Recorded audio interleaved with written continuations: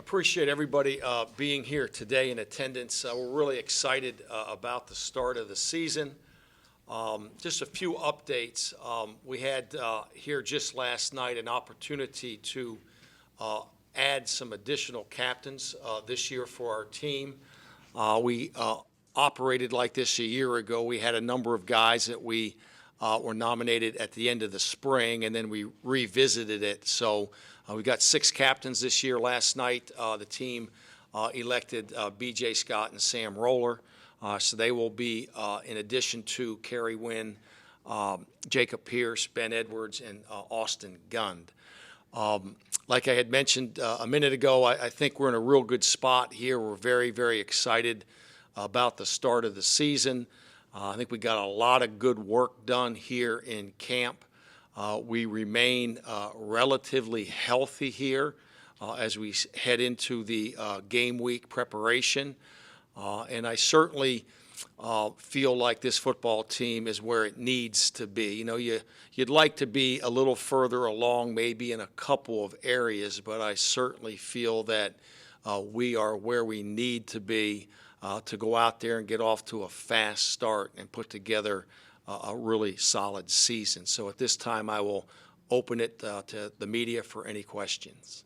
Well, I think that the things that were most evident to me as we worked through camp was their consistency of work effort. I thought that they put an awful lot into this camp as far as their intensity and their preparation. As camp went on, it became more and more apparent to me that we're going to be able to run the football. That was certainly my biggest phobia heading in, was just the uncertainty as to how well and how efficient we could be running the ball. I feel a lot better about that here today at the end of camp. And we made a lot of progress in the kicking game. So, you know, from that standpoint, I think the two most definitive question marks on the front end on August 4th were the kicking game, the specialists, and our ability to establish a run game. I feel a lot better about those things here today, and obviously we'll have to be able to do it and produce in the game, but I feel that we've positioned ourselves very well. I think when I take a look, you know, holistically as to where we're at and where maybe we could be a little bit further along, there's a couple spots that our depth is not where I would hope for it to be at this stage. Some of that is just personnel. Some of it is just youth at certain positions. So, you know, those things, they tend to move along at their own rate of speed. And as coaches, we try to prod and to try to get those things to happen as quickly as possible. But there's a couple spots that we don't quite feel we are too deep ready. And we'll have to continue to work and try to develop some of our younger players. Got a number of freshmen this year that will step into some roles, and we're going to put them in the football game to see what they can do. It's a very talented group, and hopefully those guys can offer that depth that I'm talking about in some of those critical areas. A couple days ago, I sat down with Coach Legg, our special teams coordinator, and we went through the roster as we've been doing all camp long. We spend a lot of time talking about the evaluation of our student athletes. And there's a lot of ways to look at it. You know, a lot of freshmen may come in here ready to play, but because of the position that they play, you don't need them. And then other players come in maybe not quite so ready, but yet they play a position where you really need some help. So it's that combination of finding the right mix. Sometimes some of your best players, your redshirt. You know, the most common thought is, well, if they're playing this kid, he must be the best kid in the class, but that's not always the case. It's just a position of need. Defensively, right now, Kieran Gregory and Winston Craig are two defensive linemen that have performed very well all summer long. They haven't faded, and they appear to be talented enough and ready to compete and contribute. In the back end, in the secondary, we're going to take a hard look at Charles Mack this week to help with our depth at safety and rover. He's a big, tall, long, athletic safety, and he appears ready to contribute and ready to play. Offensively, Brian Brown, a local product here out of Hermitage, he's been as advertised. We got a very, very deep and talented receiving core. This kid's ready to play. I don't want to hedge a bet here and think that maybe we won't need him later in the year, so we're just going to play him so we have him available if the need arises. But he'll get in the games and he'll contribute. Kyle Laletta at quarterback has been real solid. Coach Streeter's thrown a lot at him, and he's responded with some maturity and some poise and some presence. He certainly has talent. So our thoughts are he'll be in the mix this year, and we'll look to play him also. Peter Yoder, one of our freshman kickers, will be a guy that will make a contribution this year, most likely as a kickoff specialist, maybe a longer field goal candidate. I certainly could be missing a guy here as I speak here in real time, but I think that's kind of the nucleus of the group that's going to get some early looks and probably some early action. Yeah, it really is. We were about 2 weeks into this thing, and we had 4 or 5 pretty prominent players out, but none of the injuries required surgery.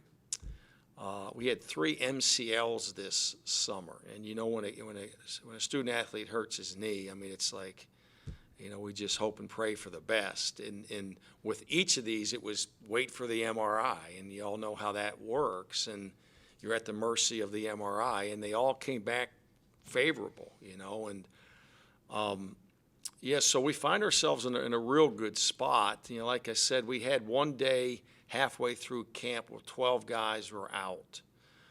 Then we had a day here just recently where 1 guy was out. So I have to say that we're about where we would hope to be at this stage, and hopefully we can continue to remain fit and healthy. You're going to get banged up, but hopefully none of those things are season-ending. It's difficult for the team, and it's very difficult for the individual involved. And, again, it's hard not to attach some value to that. So I'm going to attach the reality that this group came to camp in shape. And Coach Stewart did a great job this summer with our football team with the voluntary workouts. We had 70-plus for an extended period of time. So from the coach's perspective, all those things are legitimate factors in the reality that we're entering game week pretty much at full strength. Well, I've always kind of been of the mindset that is where you want to be strong and have depth, and we certainly do. We do offer the components of being a big physical football team. That's always what I want to have. I know there are other ways to play the game, and there's other areas that you can emphasize, but I think if you're going to say you got a physical football team, you better be physical in the offense and defensive line. And we are big, we're physical, and we've got depth. So really excited about that. Austin Gund, Nick Richer, and Ruby have really solidified that offensive line. All 3 juniors, all 3 have 2 years of starting experience under their belt. And then we have a good pool of candidates to fill some of the other spots and to offer depth. And then in the defensive line, Jacob Pierce, Kerry Wynn, B.J. Scott, Evan Kelly have all proven that they can compete at a very, very high level. And when I see our second defensive line out there in practice, I'm smiling from ear to ear. I mean, it's a good-looking, athletic group of defensive linemen. So Coach Beelan and Coach Rojas have done a real nice job with this group, and it should be a real strength for us here heading into the season. Well, I think that it's difficult to duplicate. I think that you can recreate an environment that does continue to value that and reward that.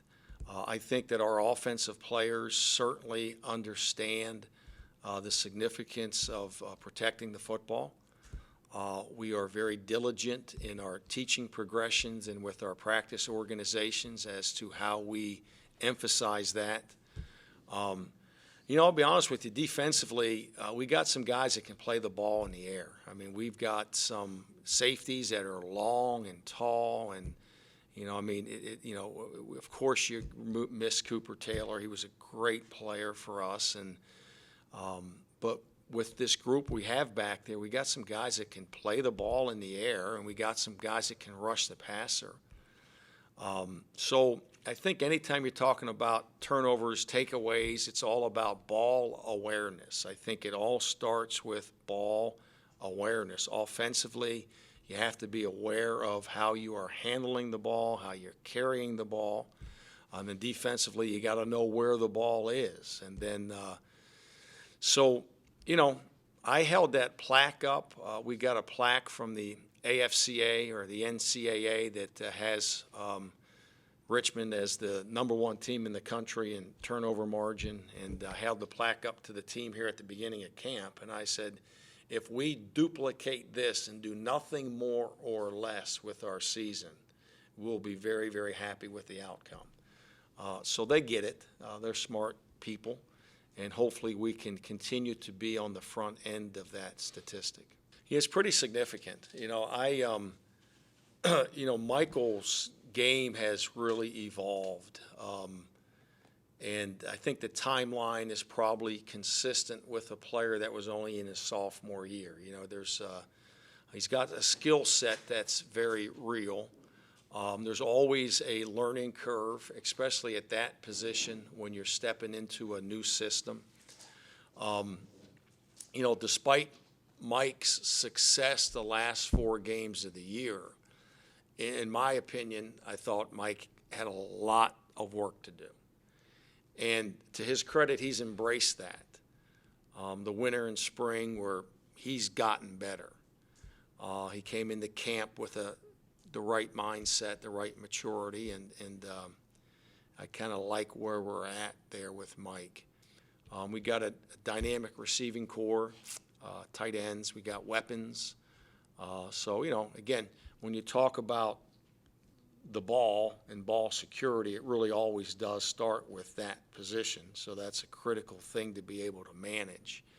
But he's had a real good camp, and I could really envision some really, really strong performances. I spoke to Mike early on here before camp, just kind of equating his position and his skill set a little bit to that of a dynamic or overwhelming pitcher in baseball. And, what happens sometimes with that pitcher, sometimes he goes out there in the early innings and someone might say, it doesn't look like he has his stuff today. Well, he still has to win. You still have to find ways to manage the game and to win the football game. And when Mike has his stuff, he can distribute that football and throw with a high completion percentage, high rate of accuracy, confidence. There'll be days that maybe he doesn't quite have that, but that doesn't mean that he can't be efficient and effective. And those are some of the things that I think that he needs to continue to develop and work on. And those are the areas that I kind of challenged him on here this summer. Well, I certainly addressed that. I offered it at the beginning of camp. Came back from the CAA Media Day in Baltimore, which I thought was a really well-organized event. But I came back saying, we really don't have anyone's respect. It's the reality of it. I don't dwell on it. I don't spend a ton of time there. I think, like I mentioned before, my players are smart. They hear that. They process it. I may return to it on occasion. But the only way to really ever dissolve that is to win on Saturday. And my guys know that. but there are so many other things that go into morale, confidence, that go well beyond those things. The fact that, we were 8-3 and didn't get in the playoffs, I mean, is that a battle cry? I mean, yeah, but I mean, that can't be the only thing that gets you motivated to go play and win. So it's kind of our job, my job, a little bit to manage that and to offer it when I deem it appropriate and to move in other directions when I feel it necessary. So it's certainly a topic that's been addressed. I don't really see myself revisiting it very often here, in particular as we prepare for our opener against VMI.